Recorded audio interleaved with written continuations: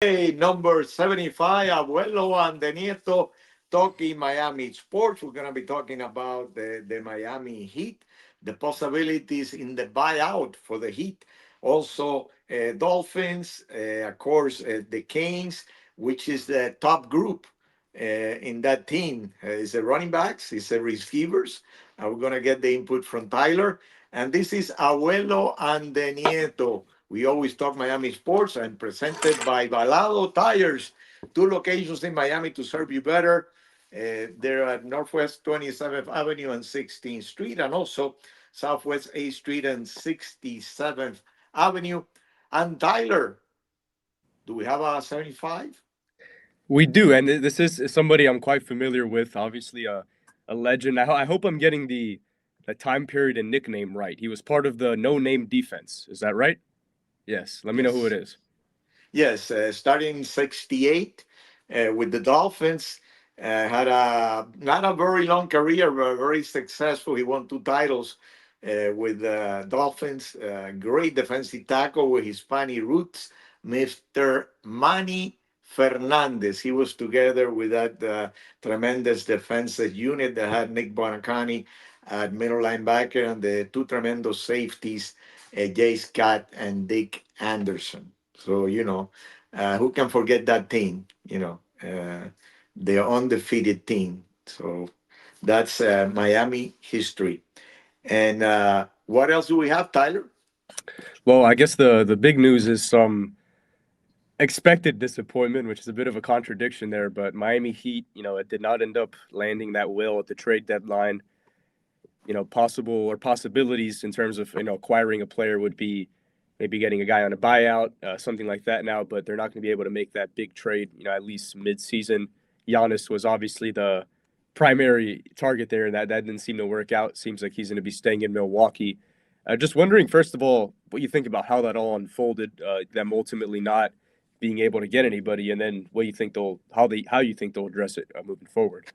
Well, you have to find out whether Milwaukee was really ready to trade.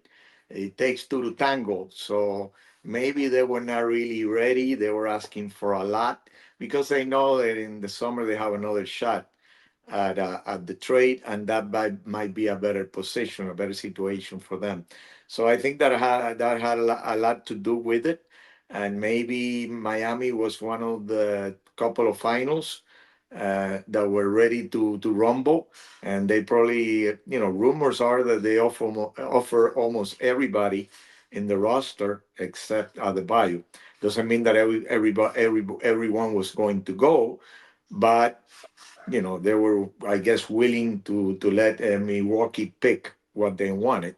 If that is true, which it might not be true, then I think that the Heat has a good shot, especially if they can add first round picks in the summer to get them. But now you have the situation, you have 14 players, Tyler, in the roster.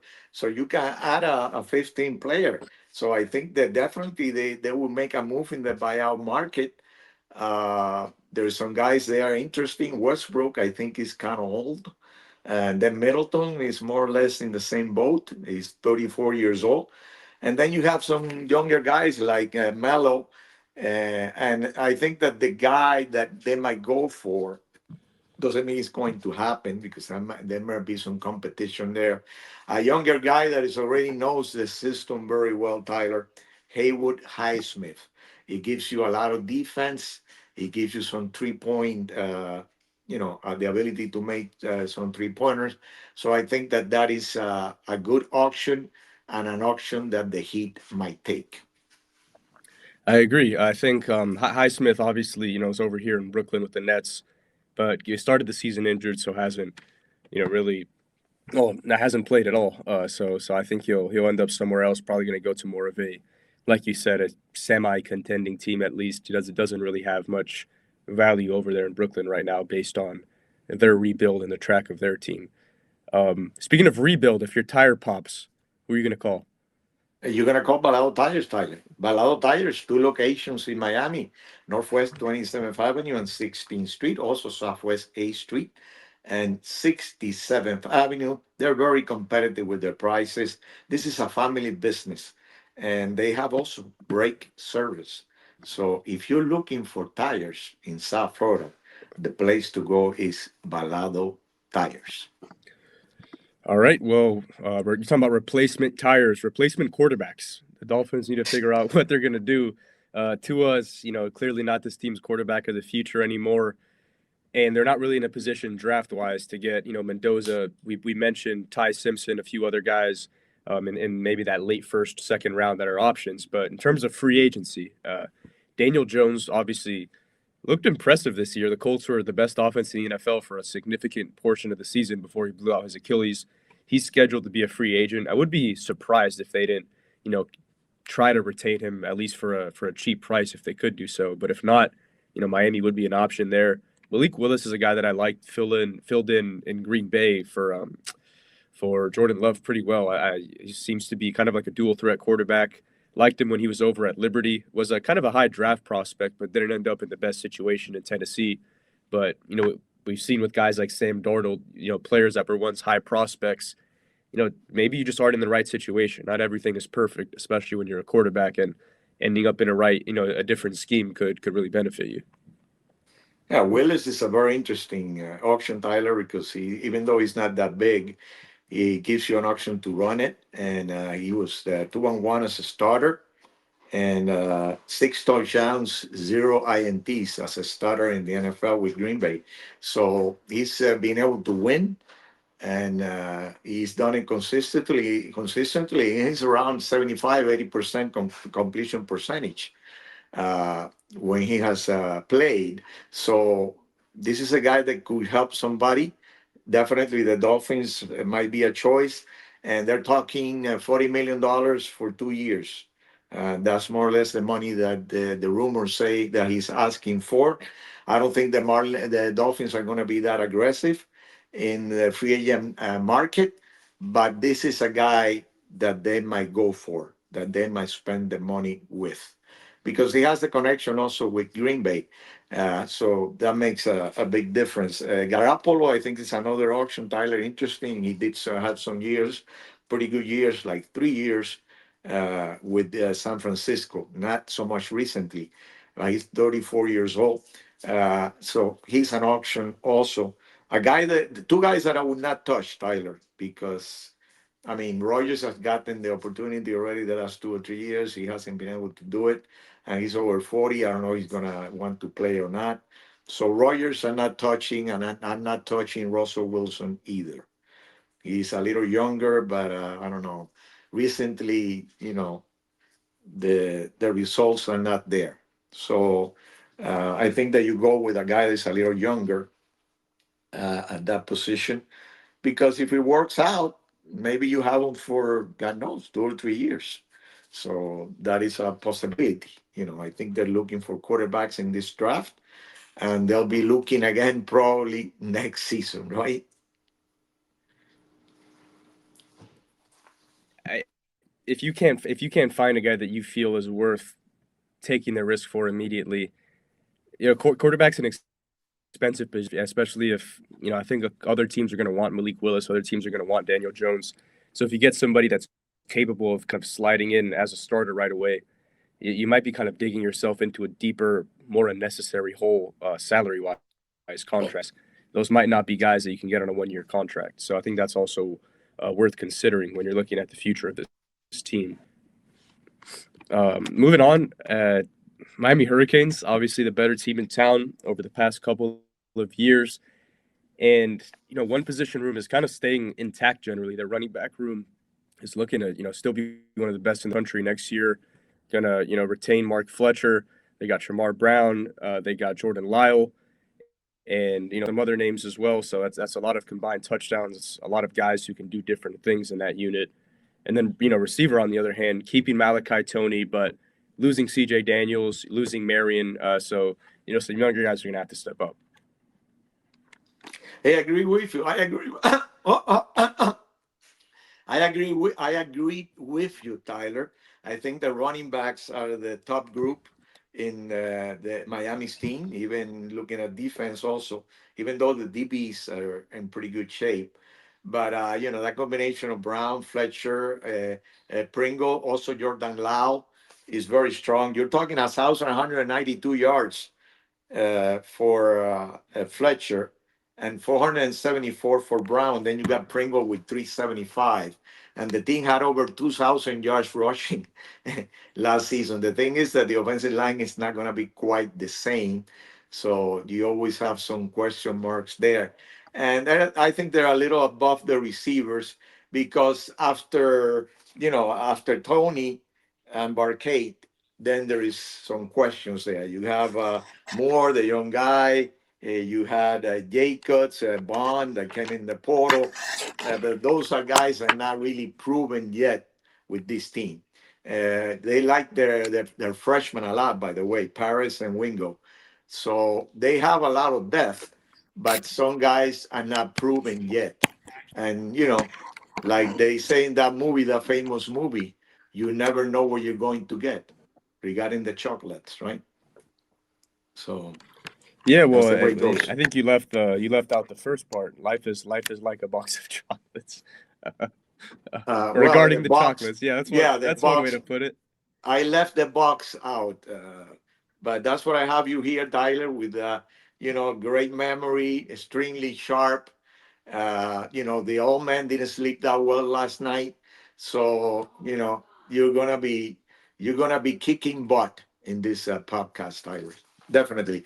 But Tyler, we Well, cannot forget our friends from Balado Tires, 63 years established in Miami, one of the first Hispanic businesses in South Florida and Miami.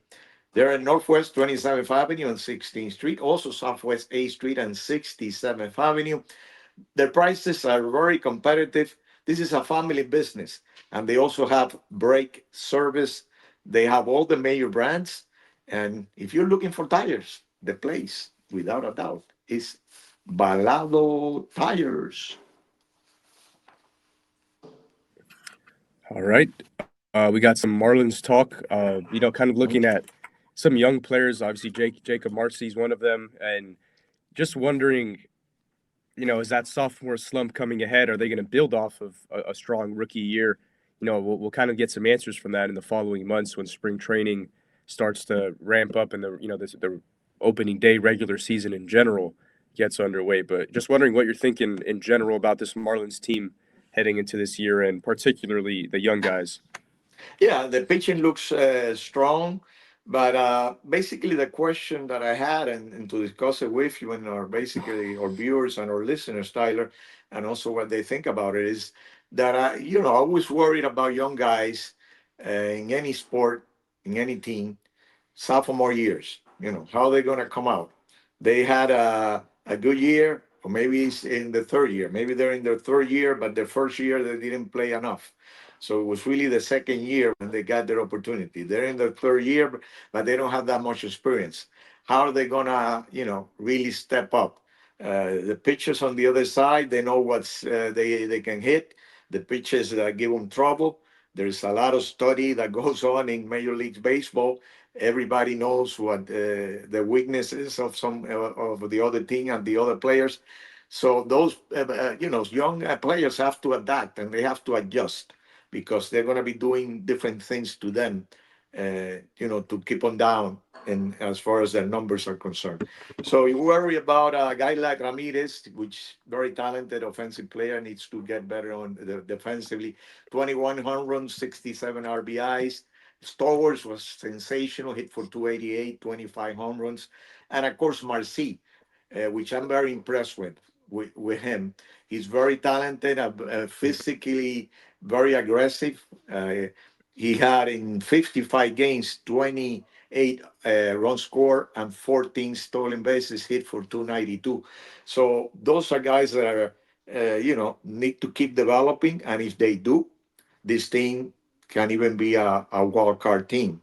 And of course, the pitching, they have Alcantara Perez up there, but then you got the young guys, Mayer and Garrett, that need to, to get it done and stay healthy, because a lot of young guys have not been able to stay healthy in the pitching department for the Marlins.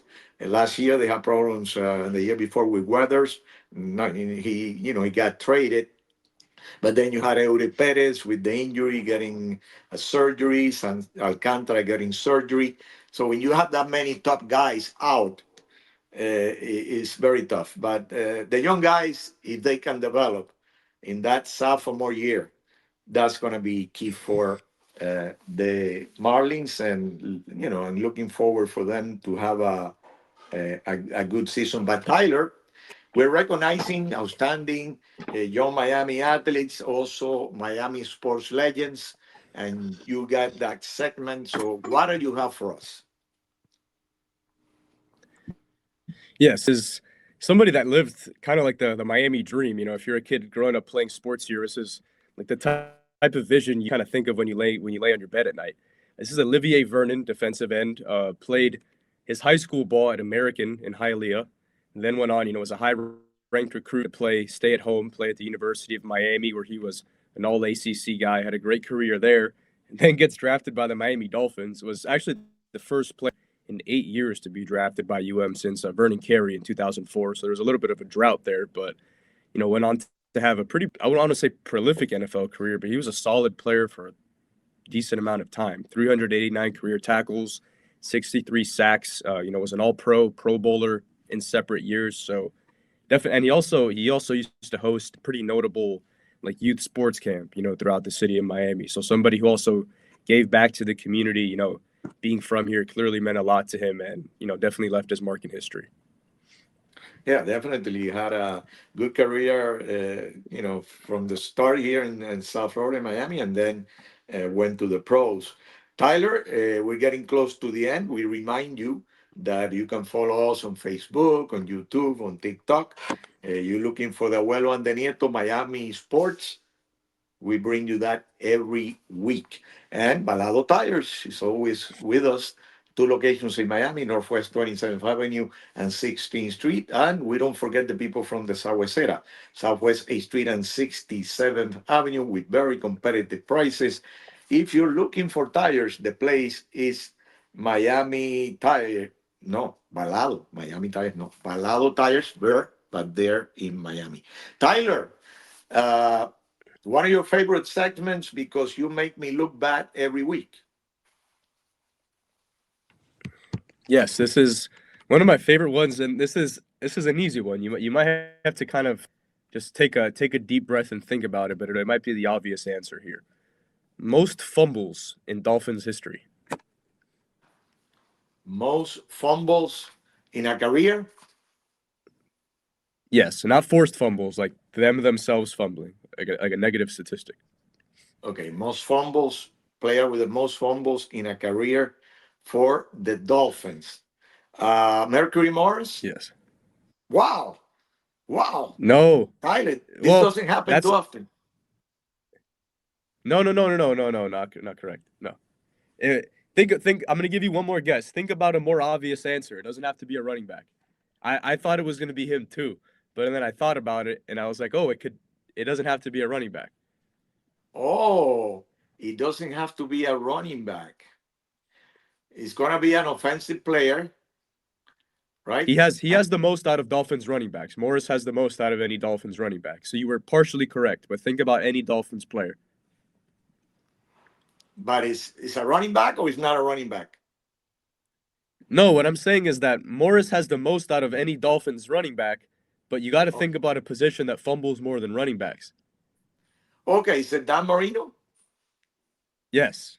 Dan All right. Marino Dan Marino fumbled 80 more times than Mercury Morris did. Well, he threw a lot of touchdowns, especially in '84. So Well, there even you even go. even relatively, he kind of fumbled a lot because if you look at it, he has 110, and then the second most is Bob Greasy with 52. So he had more than double the amount of fumbles that Greasy did. But yeah, Marino's at number one there. All right, here we go. For you, Tyler, who is the Marlin pitcher with the single season record for strikeouts?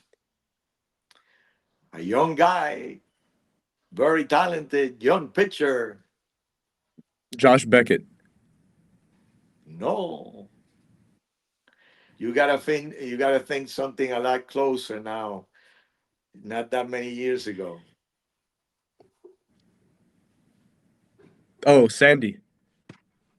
No, Oh, no. just say it. Who is it? I already got it Mr. wrong. Jose Fernandez.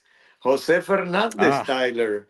Yes, 2016, 253 strikeouts. He was a two-time All-Star for the Marlins, and really sad what happened, to him, dying in that boat crash. Tremendous pitcher, and he had a brilliant, he could have had a brilliant and long career in the majors and hopefully with the Marlins. Number two, Dempster, a total of 209. That was in the year 2000. So I think Alcantara was number three with 207. He's number three. Tyler, we have done it again. Abuelo and the Nieto, number 75, talking Miami sports. And I say, like always, arrivederci. Hasta luego.